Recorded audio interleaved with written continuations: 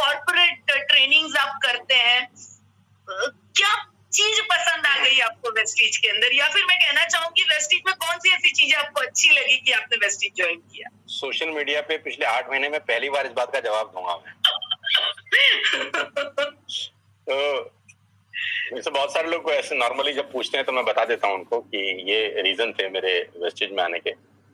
Although मैं जिस पुरानी कंपनी में था उसमें 15 साल रहा, मैं 15 इयर्स में उस कंपनी में था, and I respect regard to all what I have done before in the last 15 years. उस कंपनी से बहुत प्यार था, प्यार है, पहला प्यार वही है। जैसे कहते हैं ना, पहला प्यार चेंज नहीं होता, तो उसके लिए मन में जो इज्जत है वो तब भी उतनी थी और आज भी उतनी है, उसको हम गलत नहीं बोल सकते। वहां से बहुत कुछ मिला है, बहुत कुछ सीखा है हमने, है ना। लेकिन एक टाइम आता है दीपल जी जब आपने आपको एक बोल्ड डिसीजन लेना होता है जिंदगी का, राइट। और वो डिसीजन कभी भी आसान नहीं होता। एक टाइम आता है आपकी जिंदगी में जब आपको लगता है कि नहीं यार, मतलब जब आदमी डिसीजन लेता है तब उसको पता नहीं होता कि उसका डिसीजन सही होगा या गलत होगा। उस वक्त कोई भगवान नहीं होता जो भविष्य में झांक सके और देख सके कि मैं ठीक कर रहा हूं कि नहीं कर रहा। तो एक लाइफ में टाइम आता है कि जब आप कहते हैं now enough is enough, I have to take some bold decision. और उस डिसीजन के ये प्लस भी हो सकते हैं, ये माइनस भी हो सकते हैं। आप प्रयास करते हैं पहली बात तो बहुत सारी चीजें ठीक करने का। सही बात है। मतलब इतना आसान नहीं होता। I was earning 25 lakh rupees a month. yes. तो वो छोटा अमाउंट नहीं था मेरे लिए, और वो 15 साल की मेहनत के बाद एक अचीवमेंट होती है।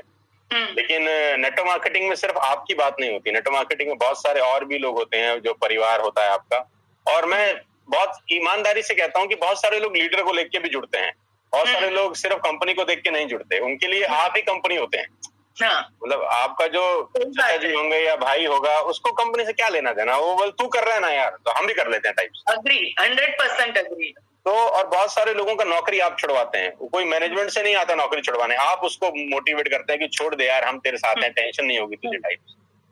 तो वो एक लेवल आता है कि जब आप बहुत सारी चीजें ठीक करने की कोशिश करते हैं और सोचते हैं कि नहीं यार ठीक हो जाए, ठीक हो जाए, ठीक हो जाए, लेकिन जब लगता है कि नहीं यार अब ठीक नहीं हो सकता है ना, नाउ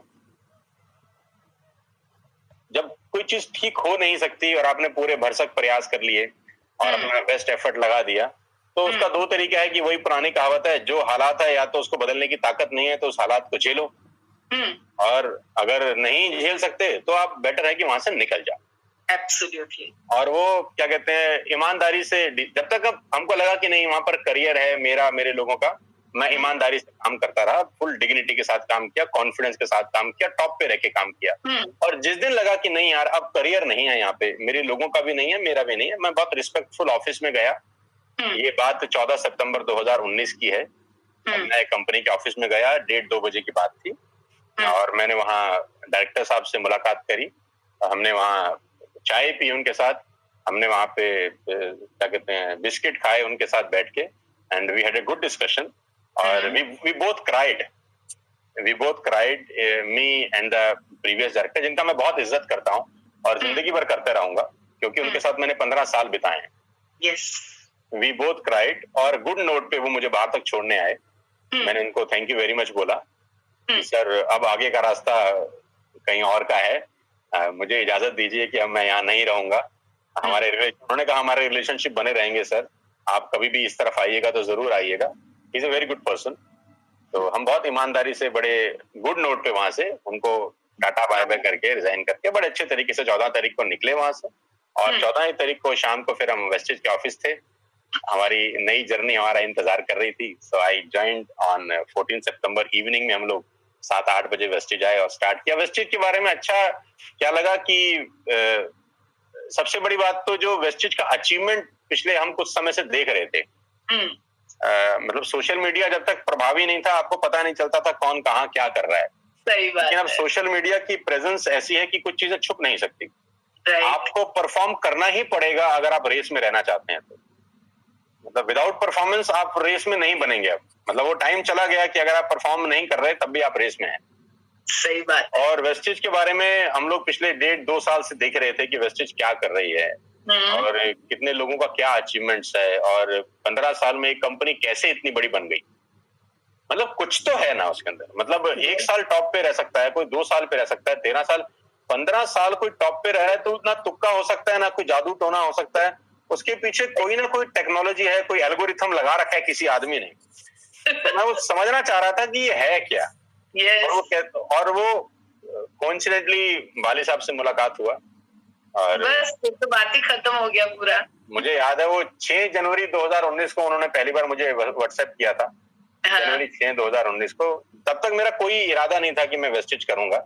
मेरे जहन में दूर दूर तक भी नहीं था कि मैं वेस्टिज करने वाला हूँ। कोई अगर इरादा होता तो शायद मैं उनसे सीधा सीधा नॉर्मली बात करता। मैंने कभी ऐसे उनसे बात भी नहीं करी। मतलब 6 जनवरी को हमारी बात शुरू हुई और सितंबर को मैंने ज्वाइन किया। आप समझ लीजिए कि 9-10 महीने के बाद, क्योंकि ऐसा कोई इरादा नहीं था मेरे मन में मुझे मैसेज करना है उस टाइम पे। राइट। और लेकिन पिछले जब मैंने किया उससे 2-3 महीने में कुछ हालात ऐसे बने और फिर मैं वाली साहब से मुलाकात किया मैंने और मैंने वेस्टिज के बारे में जाना और कमियां ढूंढता रहा कि कोई कमी मिल जाए। मैं पक्का करना चाहता था अपने आप को कि क्योंकि मेरा डिसीजन मेरी लाइफ इम्पैक्ट नहीं करता, मेरे पीछे जो लोग आने वाले थे उनकी लाइफ इम्पैक्ट करता। सही बात है। मैंने बहुत जगह कंपनीज को सर्च किया। यहाँ नाम नहीं लेना चाहता, लेकिन बहुत सारी कंपनीज के बारे में मैंने अपनी जांच पड़ताल करी कि कौन सी कंपनी क्या कर रही है, क्योंकि मेरा डिसीजन के पीछे मुझे पता था कि बहुत सारे लोग आएंगे। Absolutely. और उनको सिर्फ ये फेथ होगा कि सोनू जी आपने किया, देख लिया, चेक कर लिया आपने, सब तसल्ली कर लिया आपने, तो मुझे अपनी तसल्ली कर लेनी चाहिए। तो वाली साहब से जब मेरी 4-5 बार मुलाकात हुई मेरे ज्वाइन करने से पहले, और जब 5 बार मिला उनकी वेवलेंथ मैंने, सबसे बढ़िया बात उनमें मुझे लगी कि वो इंसान बहुत शानदार है, बहुत अच्छे इंसान है और फ्यूचरिस्टिक आदमी, एकदम विजनरी है, बहुत विजनरी आदमी है और दिल के बहुत बड़े आदमी है। मतलब उनका दिल बहुत बड़ा है, विजनरी आदमी है और लीडर को समझने वाला आदमी वही है जो एमएलएम किया है कभी। ये बहुत इंपॉर्टेंट है, जो अपने को समझ में आता है कि जो आदमी नेटवर्किंग किया नहीं है ना, वो नेटवर्कर का दर्द कभी जान ही नहीं सकता, कभी नहीं समझेगा। सही बात है आपकी। देखो बच्चे को तो आया भी बड़ी कर देती है, लेकिन माँ जो बड़ा करेगी ना उसका तरीका अलग होगा। सही बात है। तो उनके अंदर जो मुझे लगा कि एमएलएम किए हैं, सड़क पे भागे हैं, स्कूटर बाइक पे खुद चलाए हैं, तो उनको नेटवर्किंग में क्या क्या तकलीफें होती हैं इसका एहसास होता है। तभी जब एक नेटवर्कर जाके कुछ बोलता है तो वो समझ पाते हैं उन बातों को। राइट।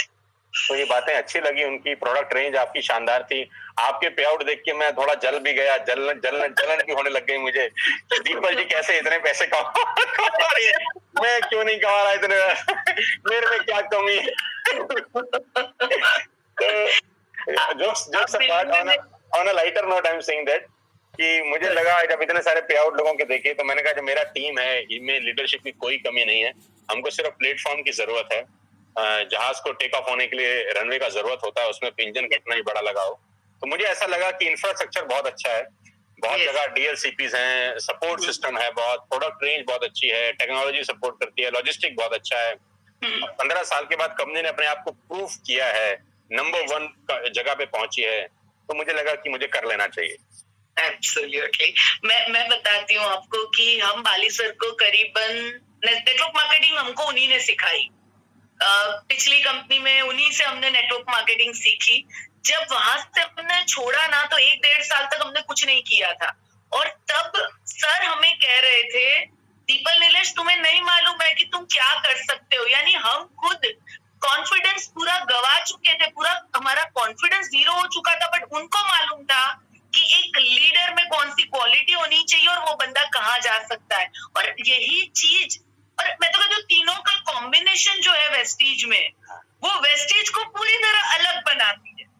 तीनों डाइवर्सिफाई हैं, तीनों का टैलेंट अलग है, क्वालिटी अलग है, एक की क्वालिटी दूसरे से मैच नहीं करती। एब्सोल्युटली।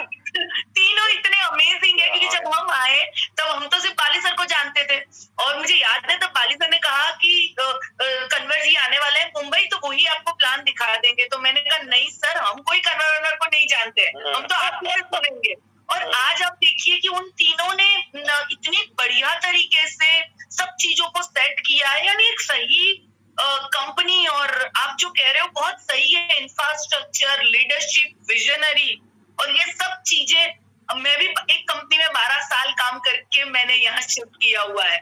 सो बहुत जान लगती है जब आप कोई कंपनी से शिफ्ट करते हो, तब वो इजी डिसीजन नहीं होता है। बहुत मुश्किल डिसीजन होता है दीपल जी, रात रात भर आदमी सोता नहीं है। देखो ये ऐसा नहीं है कि रात को आप सोए, सुबह सोचा चलो कुछ और कर लेते हैं, एब्सोल्युटली ऐसा कुछ नहीं है। मतलब आप दिमाग में ना जाने कितनी कैलकुलेशंस लगाते हैं, कितना प्लस सोचते हैं, कितना नेगेटिव सोचता है माइंड, क्या साइड इफेक्ट होगा ये सोचता है। गलत, कहीं गलती से डिसीजन गलत हो गया तो क्या होगा।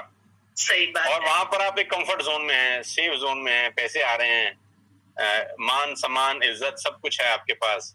तो मुझे बहुत सारे लोग बोलते थे क्यों पंगा लिया तूने, है ना, तेरे को तो सब ठीक था। मतलब पैसे ना आए आदमी डिसीजन ले, समझ में आता है।